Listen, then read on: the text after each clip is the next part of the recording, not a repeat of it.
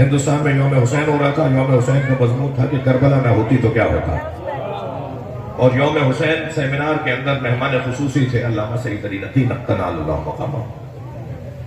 انہیں جب ٹائم ملا تو 5 منٹ رہ گئے, نماز مغرب میں اذان ہونے والی تھی. انہوں نے کہا حضور ہم معافی چاہتے ہیں, اصلی صدارت خطاب تو آپ ہی کا تھا, مگر کیا کریں ٹائم ختم ہو گیا, اب اذان ہو جائے گی تو 5 منٹ میں ہی کچھ فرمائیے. انہوں نے کہا جی 5 منٹ تو بہت زیادہ ہے, میں تو 1 منٹ میں بات کروں گا. اور نقتن صاحب مائک پر آئے اور بسم اللہ پڑھ کے فرمایا. کیا موضوع تھا؟ اگر کربلا نہ ہوتی تو کیا ہوتا. نقتن صاحب آئے مائک پر, بسم اللہ الرحمن الرحیم, اگر کربلا نہ ہوتی تو جمعے کی نماز خود کو ہوتی.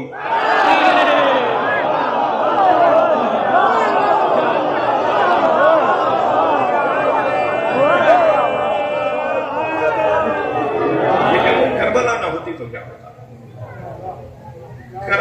ہوتی تو کیا ہوتا. آج جب افغانستان میں ایک مردے کو, اس کے جنازے کو, اس کے تابوت مسیری کو, جس پہ اسے اٹھایا ہوا تھا چارپائی پر, اسے نیچے رکھوایا, کہا اس کا چہرہ دکھاؤ. مرد کی ہے عورت کی؟ کا مرد کی ہے. چہرہ دکھاؤ, داڑھی تھی یا نہیں؟ جب دیکھا داڑھی نہیں تھی تو کہا 80 کوڑے مار کے دکھاؤ. تو سب نے مذاق اس لیے بنایا, سب نے اس کے اوپر ہنسی اس لیے اڑائی کہ کربلا نہ ہوتی تو یہ ہوتا. کربلا نے شعور دے دیا. ایک مسافر ہے جو حمص کے شہر میں داخل ہوتا ہے, کیا دیکھتا ہے کہ مؤذن کی آواز آ رہی ہے, مگر آواز اذان کچھ اور ہے, جیسی ہے ایسی بیان نہیں ہو رہی. مؤذن اذان ہی کہہ رہا تھا, یقولون اہل حمص اشہد ان لا الہ الا اللہ. حمص والے کہتے ہیں اشہد ان لا الہ الا اللہ. بھائی یہ کون سی نماز اذان ہے؟ یہ حمص والے کیوں کہتے ہیں؟ یہ اذان کا جملہ ہے ہی نہیں, یہ جملہ یہ کہاں ڈال رہے ہیں؟ تو ایک صاحب کو جاتے ہوئے دیکھا, بھائی آپ کا مؤذن کیا بات کر رہا ہے؟ کہنے کیا کریں, وہ ہمارا مؤذن چھٹی پہ گیا ہوا ہے, یہ یہودی ہے, سریلا ہے. اس کو ہم نے کہا تم اذان کہہ دو, تو کہنا ہے میں تو کہتا نہیں ہوں اشہد ان لا الہ الا اللہ اشہد ان محمد رسول اللہ. تو میں تو یہی کہوں گا کہ حمص والے بولتے ہیں کربلا نہ ہوتی تو یہ ہوتا. یہ کچھ اور آگے بڑھے تو کیا دیکھا کہ ایک پیش نماز ہے جو ایک ٹانگ پہ کھڑے ہو کے نماز پڑھا رہا ہے, ایک ٹانگ انہوں نے ہوا میں اٹھائی. عجیب نمازی ہے بھائی. اور پیش نماز کے پیچھے نمازی بھی چھوٹے مادے کھڑے. انہوں نے پوچھا یہ کیا ہو رہا ہے آپ کی مسجد میں؟ کہنے کیا کر رہے ہیں, یہ مولانا صاحب آ رہے تھے, رستے میں ایک شیٹ لگ گئی, پیر ان کا نجس ہو گیا, تو نجس پیر انہوں نے علیحدہ کر دیا. کربلا نہ ہوتی تو یہ ہوتا. کیا بات, کیا بات, تھک رہے ہیں آپ میری بات؟ ماشاءاللہ. لبیک یا حسین, لبیک یا حسین, لبیک یا حسین. بلند صلوات دیا کرتے ہیں محمد والے.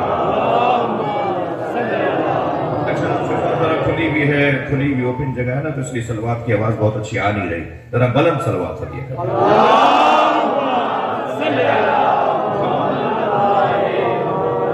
یہ تھوڑا سا اور آگے بڑھے تو انہوں نے ایک اور منظر بھی دیکھا.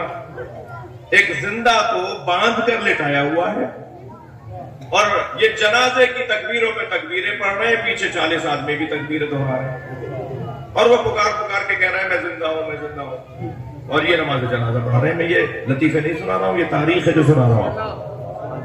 تو جب جنازہ مکمل ہو گیا تو استاد نے آگے بڑھ کر کہا حضور یہ تو زندہ ہے, آپ زندہ کی نماز جنازہ پڑھا رہے تھے.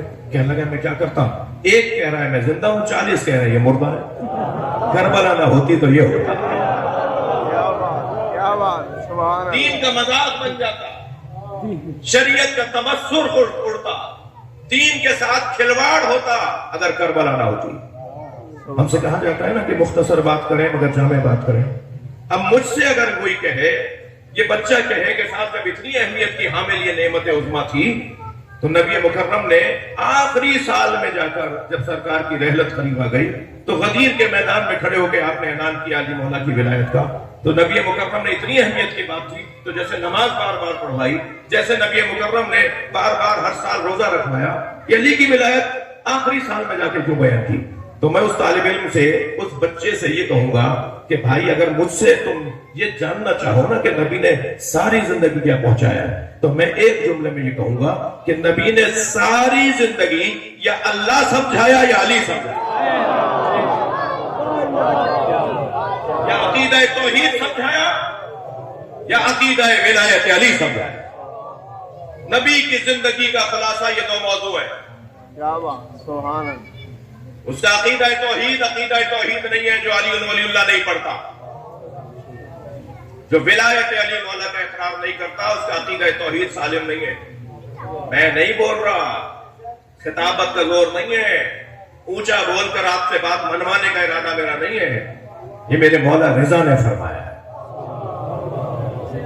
جب میرے مولا نے فرمایا نا کلمۃ لا الہ الا اللہ حسنی، اللہ نے حدیث قدسی میں یہ ارشاد فرمایا کہ لا الہ الا اللہ کا جو یہ جملہ ہے، یہ جو توحید کا عقیدہ ہے، یہ مجھ اللہ کا قلعہ ہے۔ فمن دخل حسنی، اللہ ارشاد فرماتا ہے جو میرے اس قلعے میں داخل ہو گیا، امن عذابی، وہ میرے عذاب سے، اللہ کہہ رہا ہے میرے عذاب سے محفوظ ہو گیا۔ یہ مولا نے فرمایا، محمل آگے بڑھی، 2 قدم محمل آگے بڑھی تھی کہ پھر مولا نے محمل سے پردہ ہٹایا۔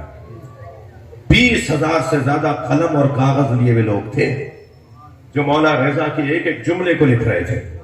میرے مولا نے محمل کا پھر پردہ ہٹایا تو سب سمجھ گئے کہ حضرت کچھ کہنا چاہتے ہیں، تو سب قلم تیار ہو گئے۔ مولا نے کیا فرمایا؟ کلمۃ لا الہ الا اللہ حسنی فمن دخل حسنی امن من عذابی۔ لا الہ الا اللہ، اللہ نے کہا ہے کہ مجھ اللہ کا قلعہ ہے، اور جو اس قلعے میں داخل ہو گیا وہ میرے عذاب سے محفوظ ہو گیا۔ یہ کہہ کر آگے بڑھے، پھر میں نے کا پردہ ہٹایا، فرمایا ولیکن بشروطہا، مگر یہ قلعہ عذاب سے جب بچائے گا جب اس کے شرائط پورے ہو گئے۔ توجہ ہے، مولا رضا فرما رہے ولیکن بشروطہا، اور یہ قلعہ توحید کا قلعہ عذاب سے جب بچائے گا جب اس کی شرطوں کو پورا کیا جائے گا۔ اور اپنے سینے پہ ہاتھ رکھ کے فرمایا انا من شروطہا، اور میں رضا ان شرطوں میں سے ایک شرط۔ یعنی عقیدہ توحید، توجہ ہے، ماشاءاللہ، عقیدہ توحید اس وقت مجھے کوئی فائدہ پہنچائے گی جب اس کے شرائط پورے ہوں گے، اور عقیدہ توحید کی شرائط میں 8ویں شرط کو امام رضا کہتے ہیں۔ پہلی شرط مولا علی کی ذات، سبحان اللہ، اور آخری شرط کو امام مہدی کہتے ہیں۔ سبحان اللہ، جو ان شرائط کو پورا نہیں کرتا وہ موحد نہیں ہے۔ میں اس وقت آمادہ نہیں ہوں کہ لا الہ الا اللہ کے کلمے کے اوپر بات کروں، لیکن ایک جملہ ضرور ہدیہ کروں گا۔ لا الہ الا اللہ کے جتنے عدد ہیں نا، اتنے ہی 14 کے عدد ہیں۔ کیا بات، لا الہ الا اللہ کی دم کو 14 معصوم کہتے ہیں۔ آہا، روح لا الہ الا اللہ آئمہ اہل بیت، سبحان اللہ، سبحان اللہ، کوئی موحد ہی نہیں ہے۔ کسی کے کہنے سے کوئی مسلمان ہو جاتا ہے کیا؟ کسی کے کہنے سے کوئی کافر ہو جاتا ہے کیا؟ اس کے شرائط ہیں، اس کے اصول ہیں، اس کے قوانین ہیں، اس کا کوئی دائرہ کار ہے جس سے طے ہوگا کہ کون مسلمان ہے اور کون کافر ہے۔ اللہ کی سب سے بڑی نعمت محبت اہل بیت، سبحان اللہ، یہ سب سے بڑی نعمت ہے، سب سے قیمتی چیز ہے۔